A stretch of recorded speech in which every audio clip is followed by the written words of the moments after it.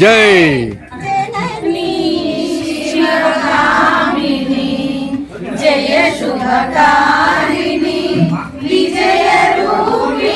ఓం శ్రీ మాత్రే నమః.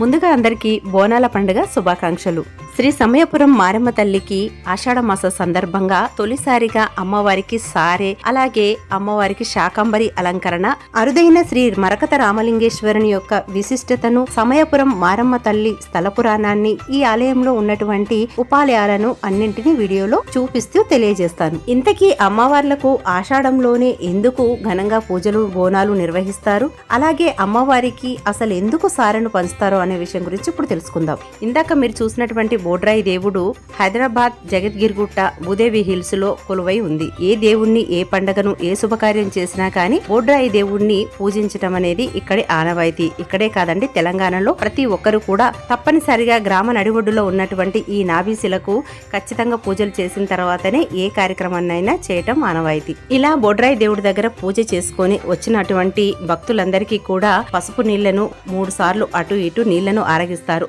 ఇలా ఎందుకు చేస్తారంటే కాళ్లతో వచ్చేటువంటి దుమ్ము ధూళి ఏదీ రాకుండా లోపలికి శుచిగా అమ్మవారికి మనం తీసుకొచ్చేటువంటి నైవేద్యాలను, సారెను సమర్పించాలనే సదుద్దేశంతో ఎప్పుడైనా కూడా ఇలాగే నీళ్లను అరగిస్తూ ఉంటారు. మన పెద్దవాళ్ల దగ్గర నుంచి వచ్చినటువంటి సాంప్రదాయం ఇది. ఆ తర్వాత భక్తులు సారెతో వచ్చేసి గుడి లోపల ఉన్నటువంటి దేవాలయం చుట్టూ, అలాగే ఉపాలయాల చుట్టూ కూడా 3 ప్రదక్షిణలు చేసి ఆలయంలోకి అమ్మవారికి సమర్పించడానికి ప్రవేశిస్తారు. ఆషాఢ మాసంలో వర్షాలు కురుస్తాయి. వర్షాలు రావటం వల్ల వాతావరణంలో మార్పులు జరిగి చాలా మందికి దగ్గు, జలుబు, రొంప, విష జ్వరాలు ప్రబలుతూ ఉంటాయి. ఎటువంటి రోగాలు దరిచేరకుండా తమను చల్లగా చూడమని ఆషాఢ మాసంలో ప్రత్యేకంగా పూజలు చేస్తూ ఉంటారు అమ్మవారికి.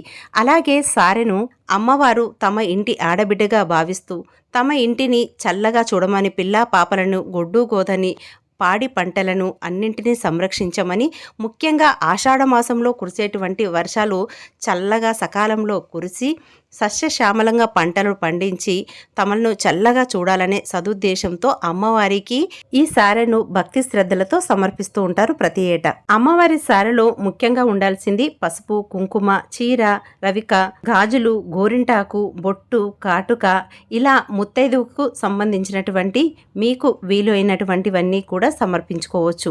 అంతేకాకుండా నైవేద్యంగా ముఖ్యంగా ఉండవలసింది చలివిడి, వడపప్పు, పానకం. ఇంకా మీకు భక్తి శ్రద్ధలతో అమ్మవారికి నిండుగా ఏమైనా పెట్టుకోవాలనుకుంటే అది మీ ఇష్టం. ఇలా తమకున్నటువంటి ఓపిక స్తోమతను బట్టి ప్రతి గ్రామంలో, ప్రతి పట్టణంలో, చిన్న చిన్న గుళ్ళ దగ్గర నుంచి పెద్ద పెద్ద క్షేత్రాల వరకు ఇలా సారెను భక్తి శ్రద్ధలతో సామూహికంగా తమ శక్తానుసారం తీసుకెళ్లి సమర్పించటం అనేది జరుగుతూ ఉంది. మరీ ముఖ్యంగా ఈ 4-5 సంవత్సరాల నుంచి అయితే చాలా ఘనంగానైతే భక్తి శ్రద్ధలతో ఒకరిని మించి ఒకరు సారెను భక్తి శ్రద్ధలతో సమర్పిస్తూ ఉన్నారు. చాలా మంచి విషయం ఇది. ఈ బిజీ లైఫ్లో సామూహికంగా ఇలా సారెను సమర్పించడం అనేది చాలా మంచి విషయమని అనుకోవాలండి. ఎందుకంటే చాలా అరుదుగా అందరూ కలవటం, ఒక చోట కూర్చొని పాజిటివ్గా మాట్లాడుకోవటం, అది కూడా దైవ చింతనలలో ఉండటము అనేది చాలా అరుదు. అందుకోసమే ఇలాంటి మధుర క్షణాలు చాలా అపురూపమని అనుకోవాలి.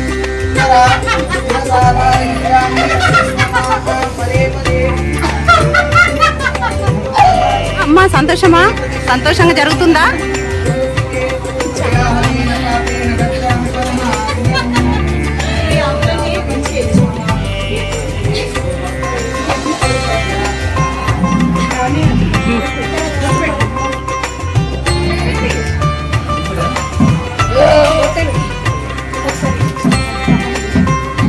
ఇలా ప్రతి ఆలయంలో ఉన్నటువంటి అమ్మవార్లకు ప్రత్యేకంగా శాకంబరి అలంకరణలు, అలాగే సారెను సమర్పించడం జరుగుతుంది ఆషాఢ మాసంలో. అదేవిధంగా భూదేవి హిల్స్ లో కొలువై ఉన్నటువంటి మారెమ్మ తల్లికి అయితే ప్రత్యేకంగా మొదటిసారి అన్నమాట. ఇదే మొదటిసారిగా చాలా వైభవోపేతంగా సామూహికంగా అమ్మవారికి సారెను, అలాగే శాకంబరి అలంకరణ కూడా చేయడం జరిగింది. ఈ మారెమ్మ తల్లికి వేపాకులంటే చాలా ప్రీతి. అందుకే అమ్మవారి వెనక భాగంలో చూడండి ఎంత బాగా సెట్టింగ్ చేశారో, మొత్తం వేపాకులతోని.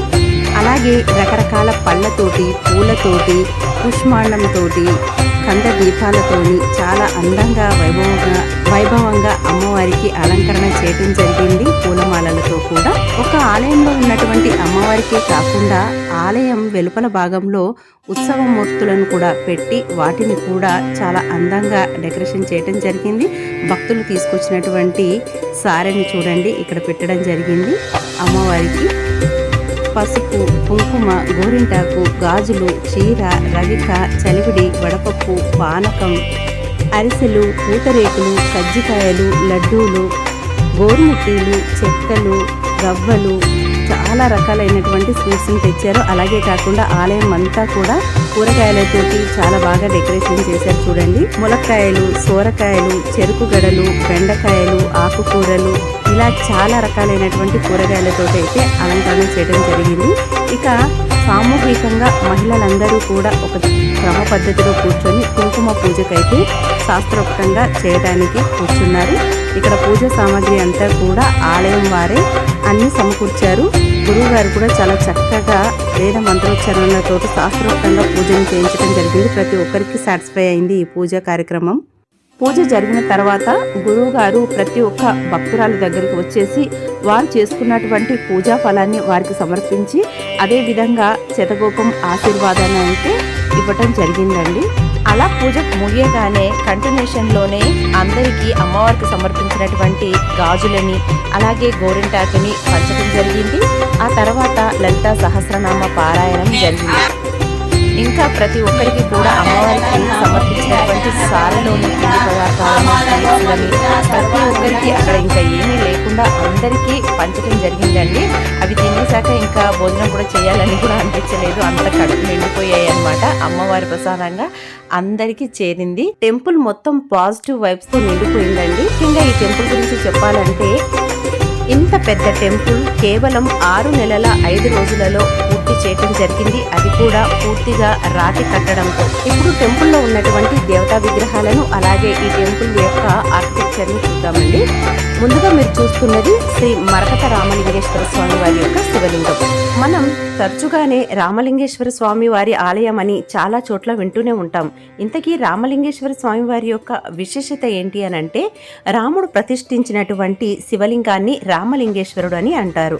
అలాగే మరకత శివలింగం అంటే ఏంటో తెలుసుకుందాం ఇప్పుడు. మరకతం అంటే నవరత్నాలలో ఒకటైనటువంటి పచ్చలు ఉంటాయి కదండి, ఆ పచ్చరాయే మరకతం అని అంటారు. చాలా విలువైనది. అటువంటి రాతితో మరకత శివలింగం, అది కూడా సోమసూత్రంతో కూడుకున్నటువంటి శివలింగమే ఈ మరకత రామలింగేశ్వర స్వామి వారి యొక్క ఆలయం ఇక్కడ కొలువై ఉంది. అది కూడా ఇక్కడ 5 జ్యోతిర్లింగాల నుండి తీసుకొచ్చినటువంటి మట్టి, పుణ్యతీర్థ జలాన్ని తీసుకొచ్చేసి ఈ స్వామివారిని ప్రతిష్ఠించడం జరిగింది. ప్రతి దేవాలయంలో ఉన్నట్టుగానే వినాయకుడు, ధ్వజస్తంభం, బలిపీఠాలు ప్రతిదీ కూడా వాస్తు ప్రకారంగా చక్కని ఆర్కిటెక్చర్తో రూపొందించబడింది ఈ ఆలయం. ఇక ఈ టెంపుల్ యొక్క అధిదేవత సమయపురం మారమ్మ తల్లి. మారి అంటే అనారోగ్యాలను తొలగించేది, వర్షాలను కురిపించే చల్లని తల్లి అని అర్థం. ఈ అమ్మవారిని పూజించటం వల్ల అనారోగ్యం దూరమయ్యి కుటుంబ సంక్షేమం చేకూరుతుంది, ఐశ్వర్యం ప్రాప్తిస్తుంది. సకాలంలో వర్షాలు కురిసి పాడి పంట అనేది సస్యశ్యామలంగా ఉంటుంది. అందుకే అమ్మవారిని చాలా మంది వేలాది భక్తులు కొలుస్తూ ఉంటారు. ముఖ్యంగా చర్మ వ్యాధులు, జ్వరం, ఇతర అనారోగ్య సమస్యల నుండి కాపాడుతుంది ఈ అమ్మవారు. మారమ్మ టెంపుల్ గోడల మీద వారాహి అమ్మవారు, అన్నపూర్ణాదేవి, లక్ష్మీదేవి, రాజరాజేశ్వరీదేవి, కనకదుర్గాదేవి, పెద్దమ్మ తల్లి, కామాక్షిదేవి, శ్రీ లలితాదేవి యొక్క విగ్రహాలు ఉంటాయి, మీరు గమనించవచ్చు. అలాగే సమయపురం మారమ్మ తల్లి యొక్క స్థల పురాణం ప్రకారం విజయనగర సామ్రాజ్య కాలంలో ఈ అమ్మవారిని తమిళనాడులోని తిరుచిరాపల్లి సమీపంలో ఉన్న సమయపురంలో ఈ అమ్మవారిని ప్రతిష్ఠించడం జరిగింది. ప్రతి సంవత్సరంలో జరిగే చిత్రై బ్రహ్మోత్సవంలో దేశం నలుమూలల ఉన్న భక్తులందరూ వచ్చి అమ్మవారిని భక్తి శ్రద్ధలతో కొలుస్తూ ఉంటారు. అంతటి విశేషమైనటువంటి సమయపురం మారమ్మ తల్లి మళ్ళీ భూదేవి హిల్స్ మారమ్మ తల్లిగా కొలువై ఉంది. ఇక్కడ నాగదేవతల విగ్రహాలు, అలాగే సరస్వతీదేవి యొక్క ఉపాలయం, పంచముఖ హనుమన్ల వారి టెంపుల్, నవగ్రహాల మండపం. ఈ టెంపుల్ చిన్నగా ఉన్నప్పుడు మొదట్లో పూజించబడినటువంటి దేవతలను ఇక్కడ ప్రతిష్ఠించడం జరిగింది. అలాగే ఇక్కడ మండపాలు ప్రతిదీ కూడా విడివిడిగా చూడ్డానికి చాలా పీస్ఫుల్గా అందంగా మనకు కనిపిస్తూ ఉంటాయి. ఇక్కడ సుబ్రహ్మణ్యేశ్వర స్వామివారి యొక్క ఉపాలయం ఇందాక మనం చెప్పుకున్నట్టుగానే ఈ ఆర్కిటెక్చర్ అంతా కూడా చూడండి, రాతి విగ్రహాలతోటి, రాతి స్తంభాలతోటి నిర్మించబడిందండి. మీకు వీలైతే తప్పకుండా ఈ ఆలయానికి దర్శించండి. లొకేషన్ షేర్ చేస్తాను. ఇక ఈ టెంపుల్ వ్యూను అయితే మొత్తం చూపించడం జరిగిందండి. అలాగే ఆషాఢ మాసంలో మారమ్మ తల్లికి సమర్పించినటువంటి సారెను, శాకంబరి అలంకరణను మొత్తం మీకు చూపించడం జరిగింది. వీడియోకి ఒక లైక్ ఇవ్వండి, అలాగే షేర్ చేయండి. కొత్తగా మన ఛానల్ చూస్తున్నట్లయితే సబ్స్క్రైబ్ చేయండి. జై జై జై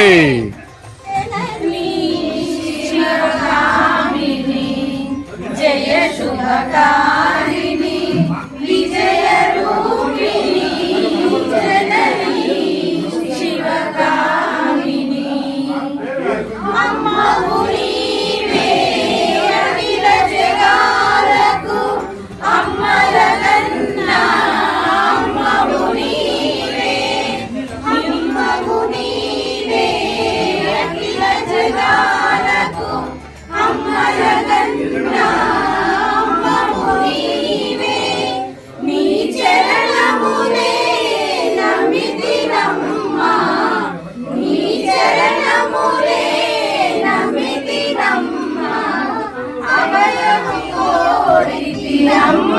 భవాని జనని శివకామిని జయ శుభకారిణి విజయ రూపిణి జనని శివకామిని.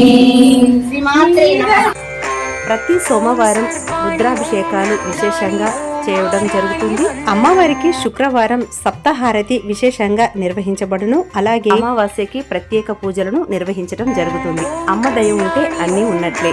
ఇక మరో మంచి ఆధ్యాత్మిక వీడియోతో మళ్ళీ మీ ముందుకు వస్తుంది మీ హైదరాబాదీస్ ఆల్ మిక్చర్. అంతవరకు అందరూ బాగుండాలి, అందులో మనం ఉండాలి. సర్వే జన సుఖినో భవంతు. ఓం శ్రీ మాత్రే నమః. స్వస్తి.